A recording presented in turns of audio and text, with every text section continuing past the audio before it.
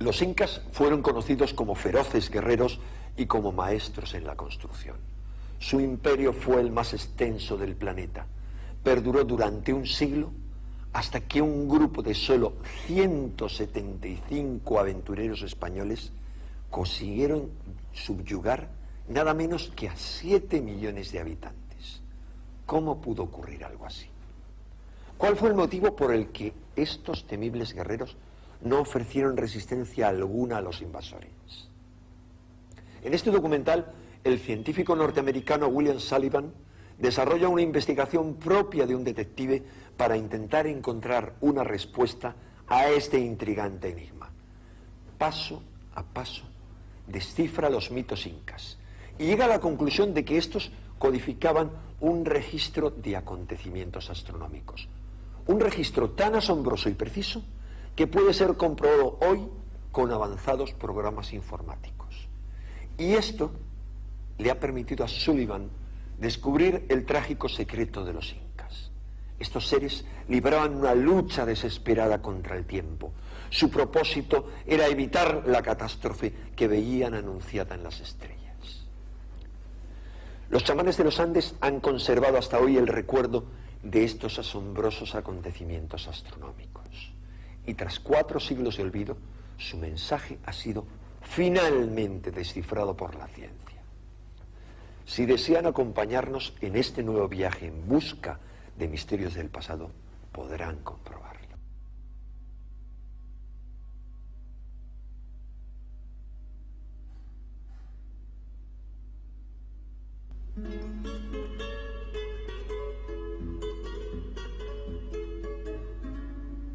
Sol radiante de los Andes, tú que caminas por el mundo. Este relato está impregnado por una emoción que raya en el desaliento, por la indiferencia del mundo contemporáneo respecto al pasado. Y este sentimiento es como una sutil opresión. No nos perdamos, no nos olvidemos de los que se han ido antes, porque sin conocerlos a ellos, ¿cómo puede usted saber quién es? En 1532, la oscuridad envolvía un continente entero. En pocos días, el mayor imperio de esa época se desmoronaba cuando 170 conquistadores irrumpieron en la historia de América.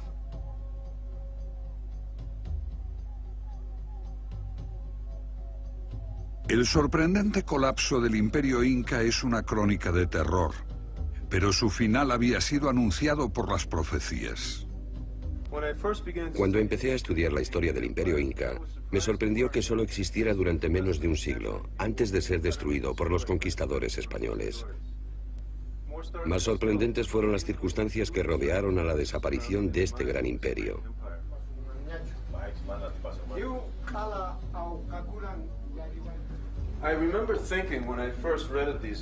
Cuando leí por primera vez lo que había pasado, pensé, ¿cómo puede ocurrir?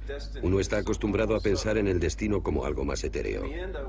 Al final, supe que el destino de los incas estaba escrito en las estrellas.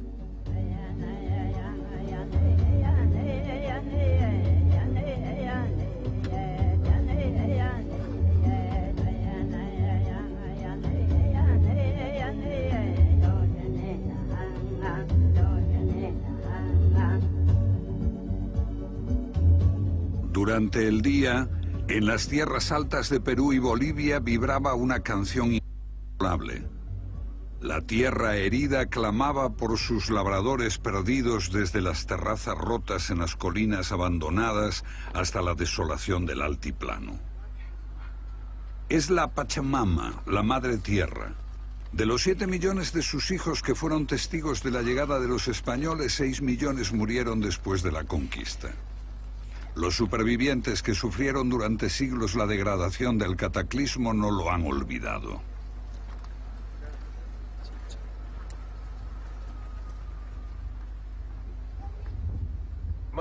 Mucho de lo que sabemos sobre el Imperio Inca proviene de los cronistas españoles. Los incas no habían desarrollado la escritura y muchos piensan que solo tenían una idea muy vaga de su propia historia. pero nada más lejos de la verdad. Para situar su propia historia en el río del tiempo, los incas crearon sus propias embarcaciones, los mitos. Esta idea es discutible. Hay ruinas y trozos de cerámicas que pueden mostrar el firme avance del hombre desde las cavernas, pero hay quienes creen que nuestros antepasados pueden haber sido más antiguos y distintos de lo que la arqueología oficial está dispuesta a aceptar.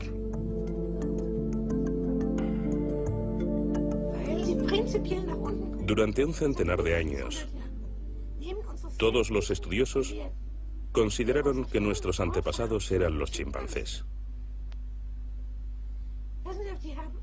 Cuando Darwin llegó con su maravillosa evolución, cometieron el error de pensar: déjenme amarrar mi pequeña barca detrás de este gran barco. Y así navegamos. Pero la teoría de la evolución está pensada solo para organismos, y nuestros antepasados no eran amebas. Hace 10 años, Herta von Degen escribió un libro demostrando que nuestros antepasados poseían sorprendentes conocimientos sobre astronomía, ocultos y codificados en sus mitos, un conocimiento hasta ahora ignorado. Lo que está en cuestión aquí es toda la historia de la civilización. Puede que no haya ido en línea recta desde los estúpidos hombres de las cavernas hasta nosotros, los listos, con nuestra bomba de hidrógeno y dentífricos a rayas. John West aplicó la geología, la astronomía y los mitos para descubrir que la esfinge de Gizeh debe de tener algunos miles de años más de lo que creen los egiptólogos. Entre muchos estudiosos existe la convicción de que el pasado distante es mucho más interesante de lo que parece y que la gente tenía entonces conocimientos más avanzados de lo que creíamos hasta hace poco. Un aspecto al que dedicaron sus esfuerzos fue el estudio del cielo. Y actualmente disponemos de una gran capacidad para recuperar esta información incrementada con las posibilidades que nos ofrecen los ordenadores digitales. Bill Sullivan detecta en los mitos una precisión de conocimientos tan sofisticados como los monumentos de piedra de los incas. Sorprendentes conocimientos de astronomía, impresionantes profecías, las claves para responder al misterio de por qué un imperio poderoso cayó en manos de un puñado de conquistadores. 5 años antes, el último inca auténtico había profetizado la pérdida del imperio cuando agonizaba. ¿Fue esta la causa de la resignación de los incas ante los conquistadores españoles? Los enigmas de los Andes. Vayamos a la búsqueda de sus secretos. Algunos los conocemos gracias a esta anciana alemana y a las desiertas planicies que ella preservó para la posteridad. Aquí está en sus últimos días la difunta María Reiche y la maravilla que es Nazca.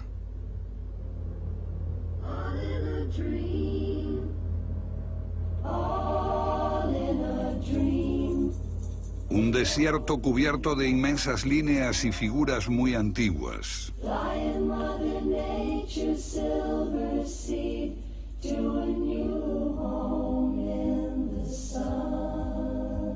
Su significado es confuso, pero debe de tener relación con la astronomía. Este es un testimonio de una visión mágica del mundo, el cosmos y sus poderes. Estas imágenes permanecieron mudas y desconocidas durante siglos porque en la Tierra son virtualmente invisibles, solo se captan desde el aire. El mono representaba la llegada anual del agua. El milagro de la vida para ese pueblo del desierto era anunciado por la aparición de esa constelación. Una enorme fortaleza destaca sobre Cuzco, antigua capital de los incas. Forma la cabeza de un puma con la ciudad debajo, que es el cuerpo del puma. Y esto solo es visible desde el cielo. Pero si el mundo entero cree que el desierto de Nazca es único, se llevará una sorpresa.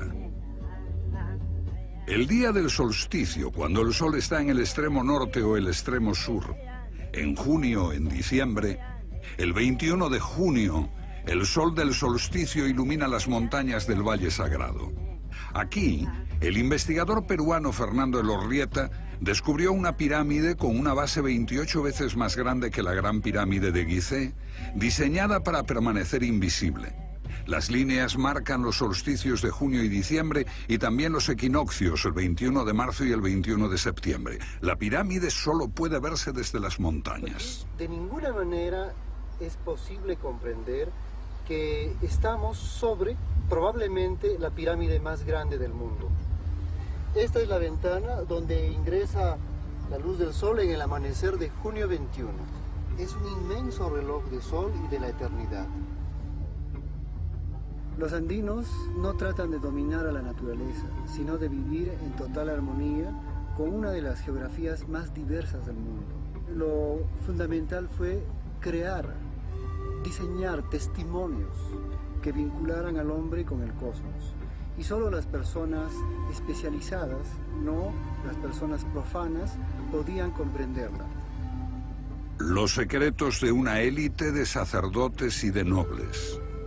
El 21 de junio se reunían aquí para contemplar un puma que aparecía en el solsticio, hasta que los españoles le cortaron la cabeza.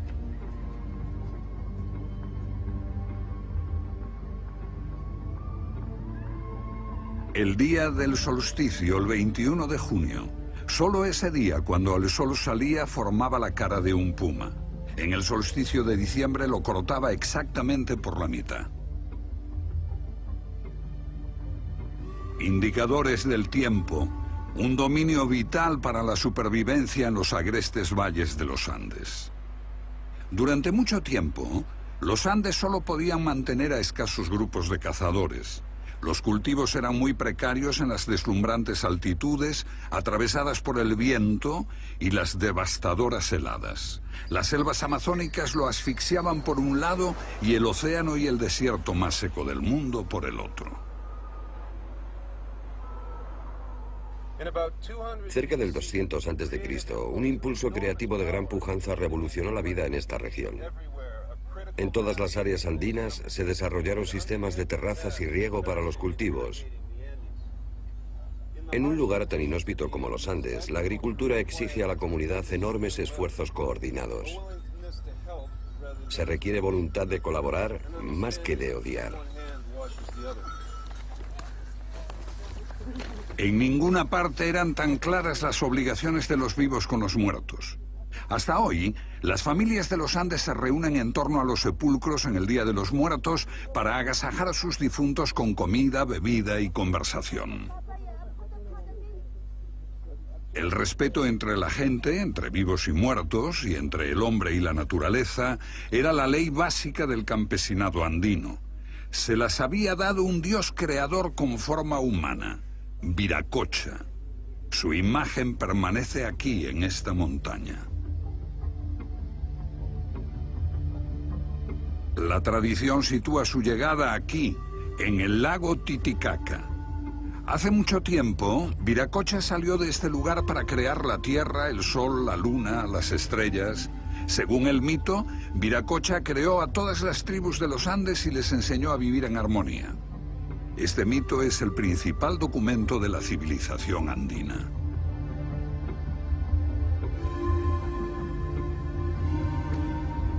Cada tribu poseía un lugar propio llamado Pacarina.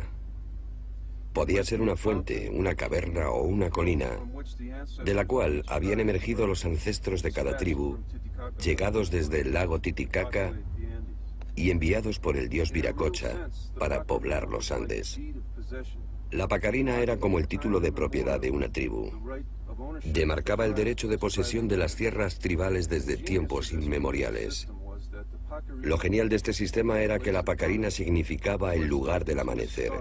Del mismo modo que cada estrella tenía un lugar fijo en el firmamento en relación con las otras, cada tribu tenía su propio territorio bien fijado y podía vivir en armonía con todas las otras tribus. En cierto sentido, una Pacarina es literalmente un portal a las estrellas. Aquí, en la cúpula del cielo, están escritas las formas de pensamiento de la civilización andina.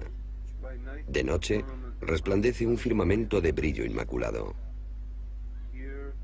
Aquí está la Vía Láctea, una banda brillante en el cielo centellea con tal intensidad que su gran espiral de polvo interestelar aparece con asombrosa nitidez.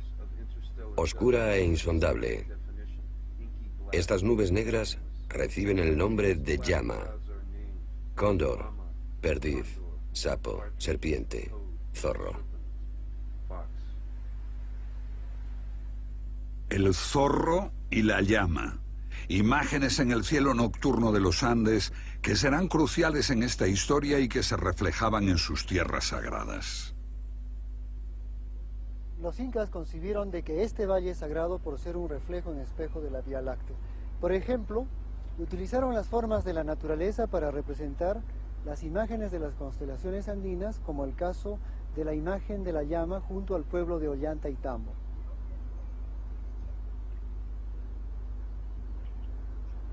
Al igual que los antiguos egipcios, que veían al Nilo como una vía láctea terrestre y construyeron sus pirámides como un reflejo de Orión, la constelación del dios Osiris, también los incas veían a su valle sagrado como un reflejo de la Vía Láctea y utilizaban la naturaleza para configurar constelaciones.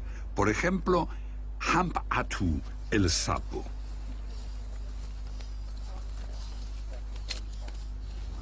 Por encima de la ciudad de Urubamba, la forma de un cóndor que salía en el solsticio emprendía vuelo hacia el sol. Aquí en Pisac, la imagen de la constelación del cóndor, con las alas abiertas en actitud de llevar a los espíritus a la Vía Láctea. Para los incas, la Vía Láctea y los días de solsticio eran de suma importancia. Ellos creían que estos días eran un puente que conectaba al mundo celeste con el terrestre. El solsticio de junio era un día de ritual sagrado, porque ese día el sol salía en la Vía Láctea y establecía el puente hacia la tierra de los dioses. Además, en el solsticio de diciembre, al salir por la Vía Láctea, el sol abría las puertas de la tierra de los antepasados, permitiendo que los vivos consultasen a los muertos. El tiempo, marcado por el sol y las estrellas, de su importancia para nuestros ancestros no recordamos casi nada. Hicimos todo para olvidarlo. Tenemos relojes digitales. Y deberíamos saber que la manecilla grande es la luna y la pequeña es el sol. Todo está tomado del sol, la luna y las estrellas. Pero nadie ha olvidado. Esto es Coyolurruti, una antigua montaña sagrada de Perú donde cada año 10.000 personas vienen a recoger agua bendita para sus iglesias cristianas. En los días de Coyolurruti también se conmemora un antiguo rito indio. En el mito occidental, el cazador celestial Orión se enfrenta a la constelación de Tauro, cuyo omóplato está formado por las 7 estrellas de las Pléyades. Una constelación que desaparece durante un mes. Los días previos a la reaparición eran cruciales para los campesinos y su calendario agrícola.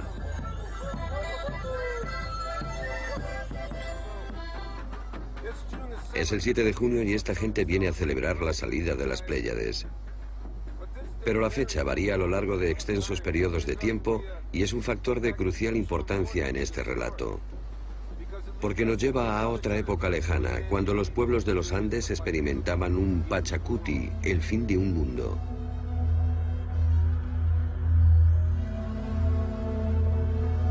Un Pachacuti, el fin de un mundo. El temor por el Pachacuti y la creencia de que podían verlo escrito en las estrellas es el punto central en la investigación del escritor estadounidense William Sullivan. La llegada de los españoles constituye un Pachacuti para los incas y los Andes, el fin de su mundo.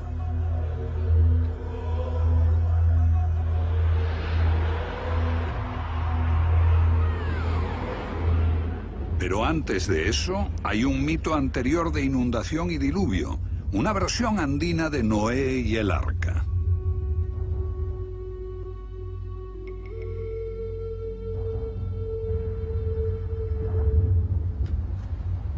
En este mito, la llama dice al pastor que lleve a los animales hasta la cima del monte Vilcacotto, señalando a las Pléyades que se elevan sobre la montaña. Advierte al pastor que en un mes se producirá la inundación. Y mientras suben las aguas, la cima del monte se llena de animales. Ese zorro resbala y se moja la cola, por eso la cola del zorro es negra. En el mito, las enormes montañas como el Vilcacotto simbolizan el solsticio de invierno. Y así sabemos que buscamos justamente lo que dice la llama, la época en que las Pléyades se alzaban exactamente un mes antes del solsticio del 21 de junio.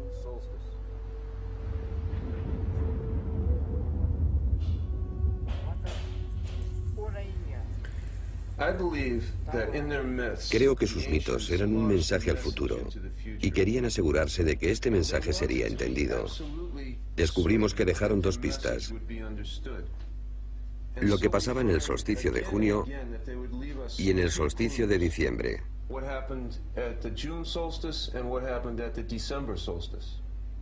Ahora el ordenador nos muestra los cielos en el pasado. Lo que buscamos es el tiempo en que las Pléyades reaparecieron al amanecer, exactamente un mes antes del solsticio de junio. Esto es lo que ocurrió en ese solsticio, las Pléyades asomando justo antes del amanecer del año 650 después de Cristo. Y esto es lo que pasó en el solsticio de diciembre. Aquí está la llama, seguida por el zorro, y al amanecer la cola del zorro está por debajo del horizonte. Así sabemos por qué la cola del zorro es negra, porque este hecho ocurrió en el 650 después de Cristo y el mito señala que ese año fue la era de la inundación. En torno al año 650 después de Cristo ocurrió algo terrible. Por primera vez estalla una guerra a gran escala para gobernar los Andes durante 8 siglos. Si Sullivan está en lo cierto, los mitos nos aportan dos claves. ¿Qué pudieron haber visto en los solsticios de junio y de diciembre?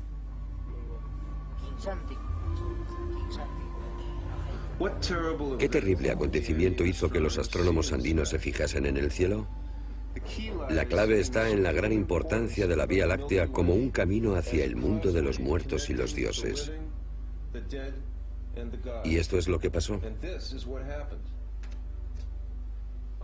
En el solsticio de junio del 650 después de Cristo, la Vía Láctea no estaba ya en el horizonte cuando salía el sol. Eso significaba que las puertas a la tierra de los dioses se habían cerrado. Los mitos dicen que Viracocha, lleno de pena, abandonó este mundo. Y de hecho, los agricultores recuerdan el inicio de una gran guerra, un cataclismo que destruía el equilibrio que el dios había construido. Lo que los chamanes andinos vieron fue un Pachacuti, un fin del mundo. Así, el puente hacia los dioses desaparecía para siempre. Mientras tanto, los Andes se convertían en víctimas de un estado altivo y brutal. Los gobernantes militares de Huari impusieron duros tributos y trabajos forzados. Los que se resistían eran eliminados en rituales sangrientos.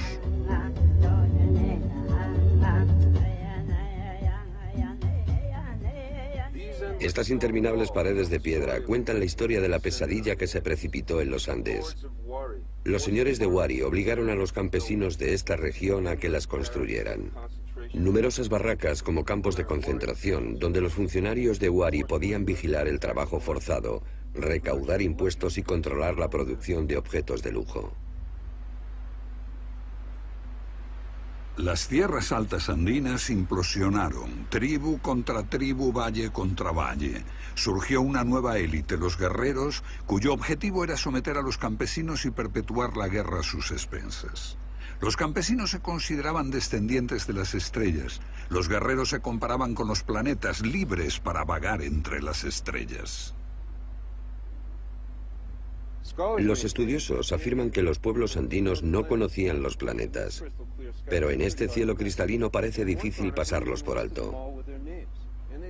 Un cronista hizo una lista con todos sus nombres y tenían un sorprendente parecido con los dioses planetarios de Grecia y Roma.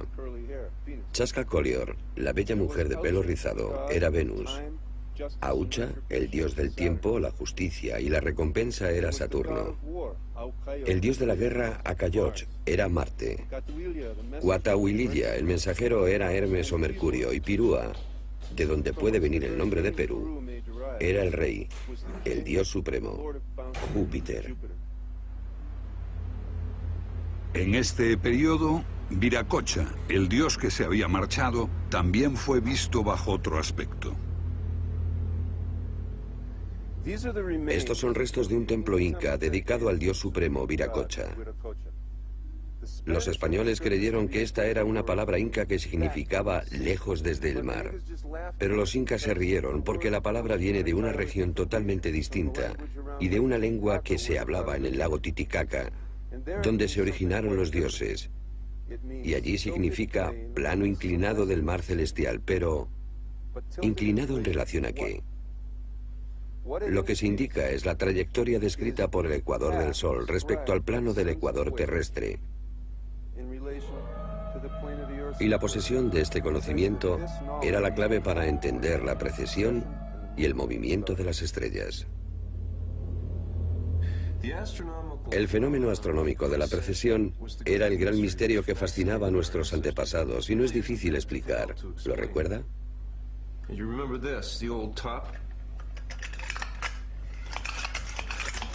La rápida rotación alrededor del eje es como la rotación diaria de la Tierra. Pero hay un pequeño retraso de esta rotación. Un giro excéntrico del eje se produce cada 26.000 años. Desde la Tierra parece que las constelaciones viajasen a través de las épocas. Al aparecer detrás del Sol en su salida, cambian en periodos de poco más de 2000 años. Los conocemos como las eras de Piscis, Aries, Tauro. El zodíaco, tal como lo concebimos, tiene 12 constelaciones. ¿Compartían los incas este concepto? Los campesinos indígenas me han dicho que sí. Tenían un sistema de 12 casas en el cielo.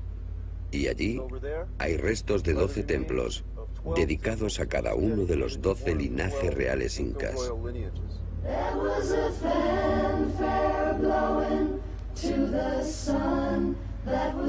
Los símbolos son distintos, pero el significado parece el mismo. El dios Viracocha se convierte en el regidor de este eterno movimiento y se identifica con Saturno. Como ocurre en el mito griego con Van Di, el dios creador de China, dioses que distribuyen el tiempo y la precesión.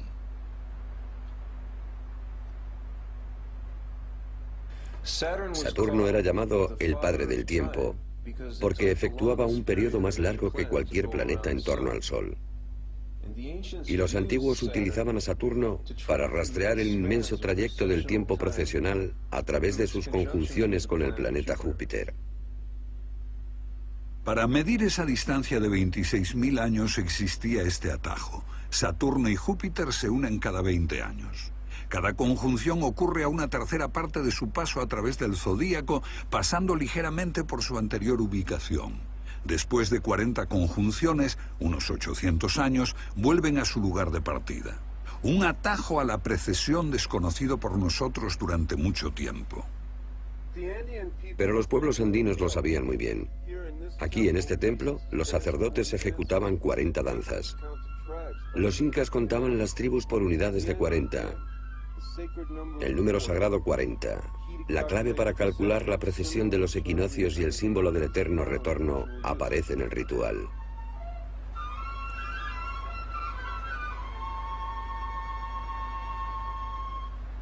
Desde la ciudad de Cuzco se difundían 40 líneas rectas a partir de dicho centro.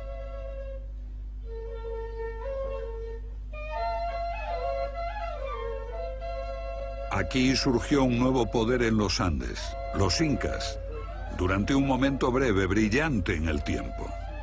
Su aparición queda oculta en los mitos. Los narradores dicen aún que el dios Viracocha bendijo a sus antepasados al dejar este mundo y dio su apoyo a los incas para asegurar sus derechos en este mundo.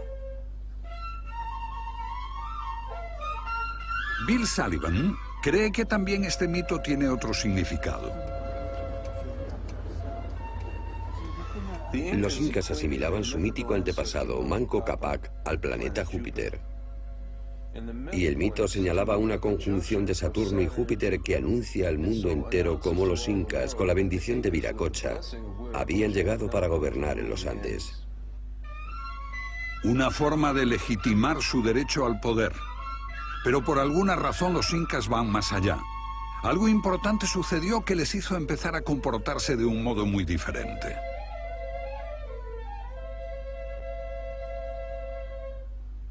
Según una tradición, el imperio inca nació bajo la sombra de una profecía. Su origen se sitúa en torno al año 1440, menos de 90 años antes de la llegada de los españoles. Los incas son solo una tribu más entre muchas, y su valle de Cuzco está siendo invadido por un enemigo odioso. Su viejo rey está en retirada, está desesperado, pero no solo por ese ataque enemigo. Dentro de 5 generaciones, dice a su hijo Yupanqui y a sus generales, habrá un fatal Pachacuti, un final de los tiempos, y la totalidad de los Andes será destruida. Pero su hijo, el príncipe Yupanqui, no quiere rendirse, aparta a su vacilante padre y se hace con el mando.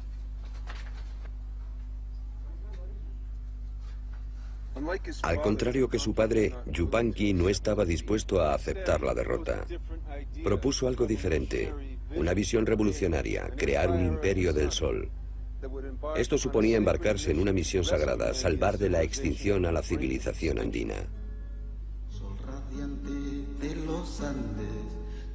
Los cronistas rechazan esto como una fantasía. Pero si esta profecía existió de verdad, su impacto pudo ser un motivo poderoso para explicar qué ocurrió.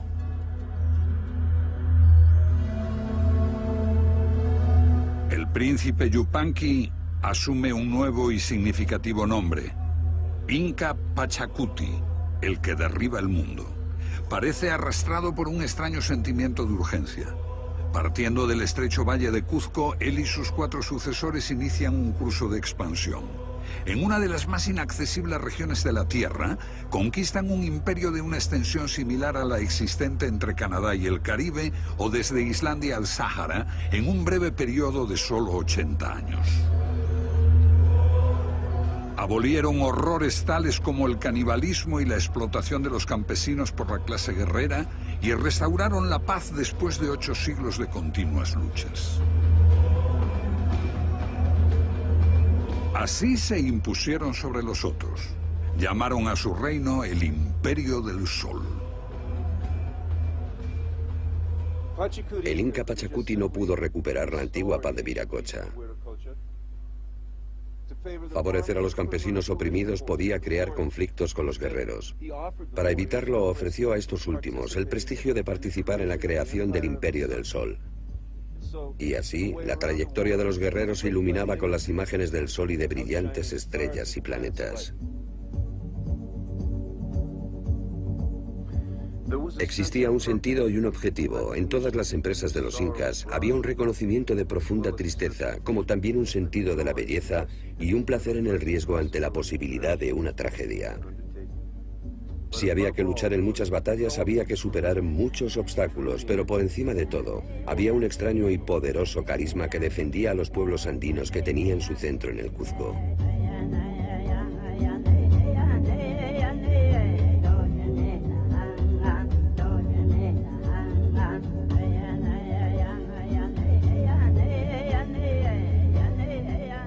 Esta es una de las mayores atracciones turísticas del hemisferio occidental, Machu Picchu. ¿Pueden imaginar el aspecto que tenía esta ciudad inca en sus días de esplendor?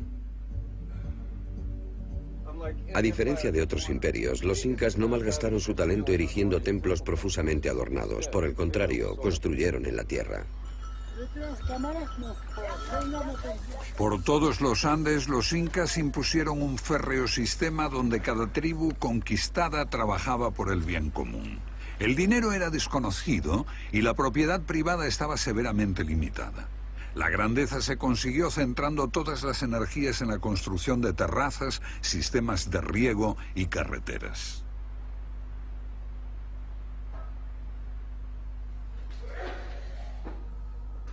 Aquí, para provecho de los viajeros, los incas construyeron un refrigerador natural. Afuera el sol está en su cenit, pero dentro la temperatura es 20 grados más fresca. El viento sopla en este corredor y se puede ver cómo tallaron repisas. Ponían tablas encima y allí guardaban alimentos. El viento soplaba por arriba y por abajo, refrescando y secando esos alimentos. Al intentar restablecer la armonía de los tiempos de Viracocha, su principal preocupación era la restauración de la magnificencia perdida. Para crear un imperio que no conociese el hambre, construyeron almacenes de alimentos en todas partes. La comida se podía transportar a cualquier lugar del imperio en pocos días para alimentar a la gente hambrienta. Almacenes como este, colocados en lo alto sobre estos riscos donde se guarda maíz que el viento de este valle mantiene seco y evita que se pudra.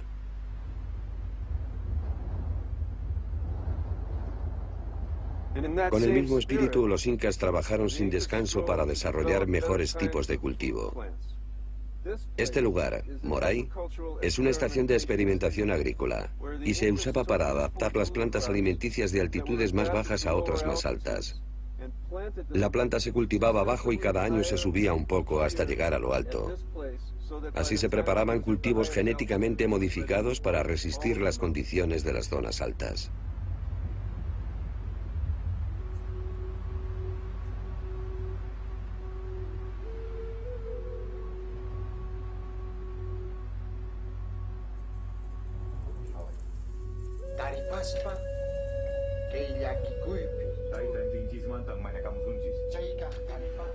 ¿Qué impulsaba a los incas?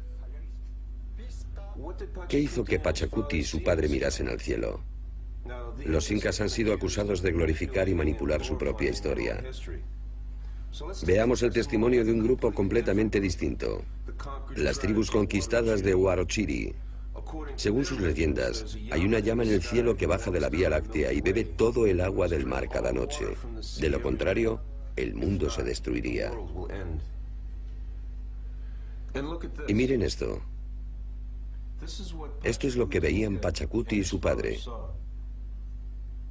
Igual que en el 650 después de Cristo, cuando un zorro se hundía, ahora es el turno de la llama.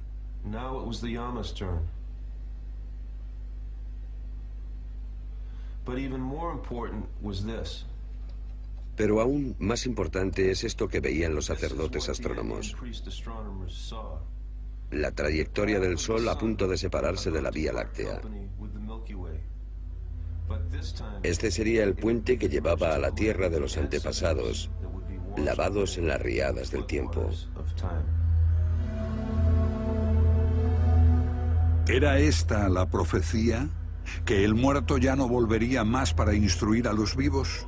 ¿Fue esta la terrible debilidad de los incas, la certeza de que una catástrofe cósmica llegaría de los cielos? Pachacuti no podía permanecer impasible mientras su tradición sagrada corría peligro. Si era cierto que los hechos en el cielo influían en la tierra, ¿era posible lo contrario? ¿Podían las acciones humanas alterar el curso de las estrellas? Yo creo que era así como Pachacuti concebía la guerra. Una guerra contra el tiempo, porque el tiempo era despiadado. Y por eso había que detenerlo. Yo no conocería esta historia si no hubiese dado con la crónica española del sacerdote Martín de Murúa, uno de los pocos conquistadores que vio los hechos desde la perspectiva de los indios. En esta crónica, Sullivan encuentra más evidencias que avalan su postura. Martín de Murúa registró una leyenda del comienzo del reinado del Inca Pachacuti. En ella, un anciano con barba provoca grandes lluvias que amenazan con ahogar a Cuzco, haciendo sonar la sagrada caracola. El Inca Pachacuti va a buscarlo. Todo esto puede reflejar un acontecimiento histórico. Fuertes lluvias amenazaban la capital del Cuzco. Pero el mito menciona también un acontecimiento astronómico. Se trata de la conjunción de los planetas Júpiter y Saturno. La verdadera alarma para los incas era que esta conjunción de planetas tuviese lugar en el mismo punto que en el 650 después de Cristo. Habían pasado 40 conjunciones y ahora Saturno y Júpiter ocupaban justamente el mismo lugar en el cielo. La misma conjunción que 8 siglos antes había anunciado el colapso inminente del mundo anterior. Como todo andino, Pachacuti creía que las señales del cielo anunciaban lo que pasaría en la Tierra. Pero si cambiaban los hechos en la Tierra, ¿se podría alterar el curso de las estrellas? Por ejemplo, si él podía impedir que el mundo cayese en el caos y en el derramamiento de sangre y restauraba el orden de Viracocha en la Tierra, ¿podrían los cielos evitar sus fatales conjunciones? ¿Se podía eludir el destino? Martín de Murúa cuenta que así lo hizo emprendiendo una reforma religiosa. Pachacuti transformó la ciudad de Cuzco en el ombligo de la tierra, con el sol como centro de la religión. El Coricancha, el templo del sol de Pachacuti, estaba revestido en oro, y de aquí salían 40 rayos llamados seques, que señalaban al horizonte. Junto a estas líneas hay santuarios naturales, y cada tribu era responsable del mantenimiento de uno de esos santuarios. Y así, como si fuera una telaraña gigante, todos los pueblos tribales de los Andes, los descendientes de las estrellas, estaban ligados con el sol que ocupaba el centro. Y él instituyó esto, la Intihuatana, que literalmente significa para amarrar el sol. ¿Pero amarrar el sol para qué? Para ligar con la religión solar a todos los pueblos tribales de los Andes. Cada tribu descendía de una estrella propia. Si las estrellas no podían moverse en relación al sol, entonces ellos podían ganar la guerra contra el tiempo.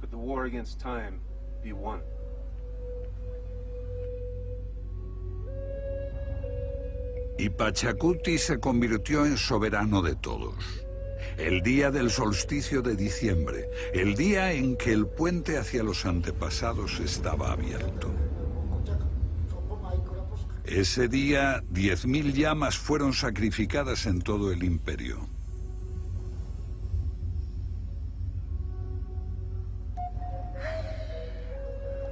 Su sangre fue bendecida y colocada en pequeños cuencos de cerámica. Los mensajeros llevaron los cuencos a todo el imperio para arrojarlos en la cima de cada colina o montaña.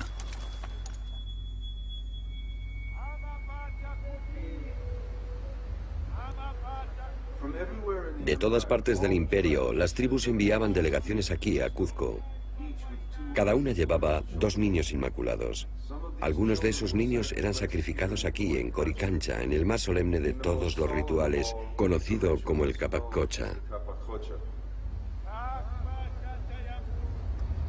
Todas las delegaciones eran acogidas en Cuzco para la santificación, y desde allí regresaban a su tierra natal con los niños supervivientes.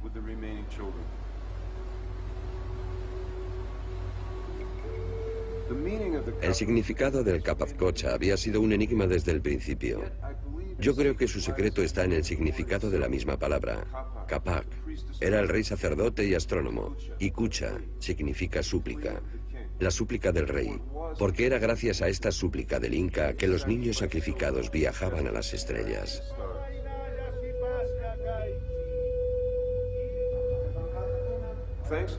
Gracias a la crónica del sacerdote Murúa, conocemos ahora las verdaderas palabras de la súplica. Que el sol y la luna sean jóvenes para siempre.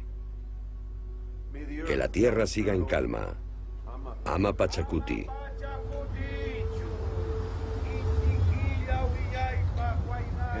Y que haya paz. Pero con todo un imperio bajo control y en paz, ¿dónde estaba la guerra? Creo que existía solo una guerra para los incas, la guerra contra el tiempo.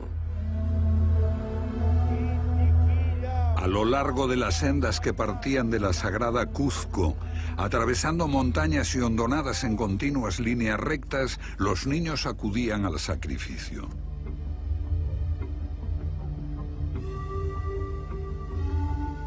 Aún los encontramos allí, acompañados de sus muñecos, pequeños cuyo destino era llevar al cielo las súplicas del mundo. Una resonancia fascinante se estableció entre extremos de horror y belleza. Había que anticiparse e impedir el cumplimiento de la profecía para salvarse de la destrucción. Este fue el secreto de la familia real y de un pequeño círculo de iniciados. Pero este secreto grabado en los muros también era conocido por otros astrónomos. Creo que en México una profecía similar hizo a los aztecas librar su propia guerra contra el tiempo, pero con terror, alimentándolo al sol con decenas de miles de víctimas sacrificiales. Al luchar contra la misma terrible visión del futuro, los incas recurrieron a las aguas del dolor en lugar de a las de la cólera, y así enviaban niños inmaculados como emisarios a las estrellas, emisarios con un desesperado mensaje para abogar por la humanidad ante los jueces del cielo.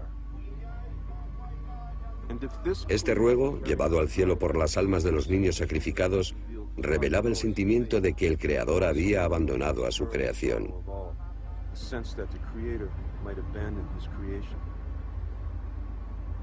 Esto, creo, fue la estrategia desesperada que los incas aplicaron para evitar el fin del mundo. Pero si quieren hacer reír a Dios, cuéntenle sus planes.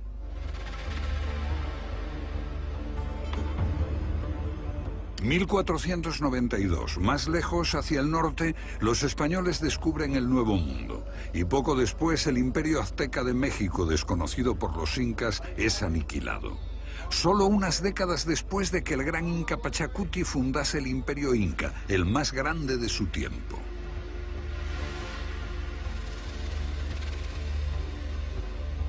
El quinto gran Inca, el último de ellos en gobernar, Huayna Cápac, yace moribundo por una enfermedad desconocida. Es el flagelo de la viruela que los europeos trajeron al Nuevo Mundo y ahora les precede. La historia dice que sus últimas palabras fueron estas: entonces voy a ser el último, la guerra está perdida. Creo que lo que realmente le conmovió fue lo mismo que el Inca Pachacuti había visto y temido: el camino del sol, partiendo de la Vía Láctea,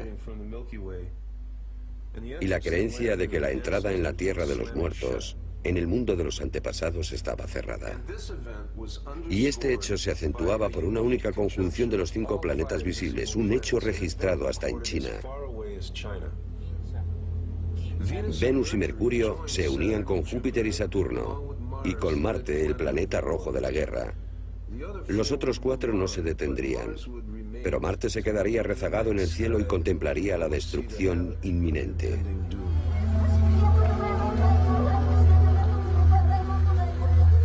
La viruela que mató al último Inca acabaría con la mitad de la población y doblegaría el ánimo de la gente.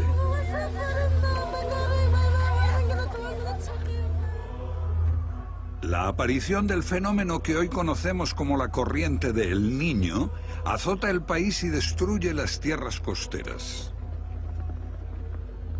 Estalla una guerra civil entre los aspirantes a reinar, destruyendo la confianza de la gente en un liderazgo justo. Solo entonces llegaron los conquistadores españoles.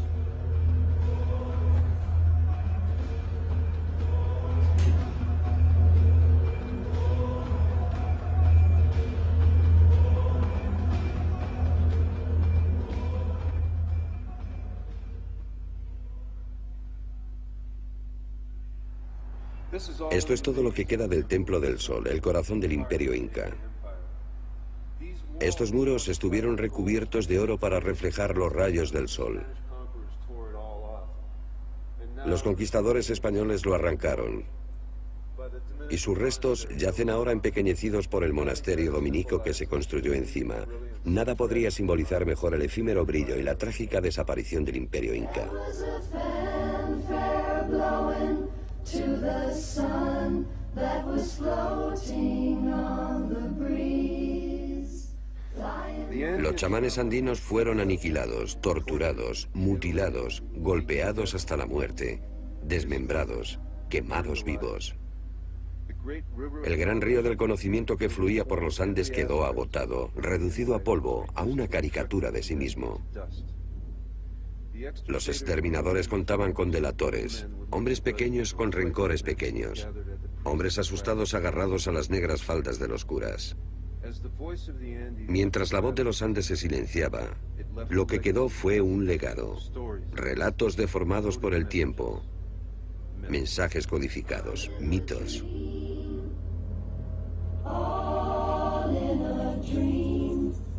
Los incas se esforzaron en crear paz y justicia, para unir a las tribus guerreras, para crear magnificencia y belleza.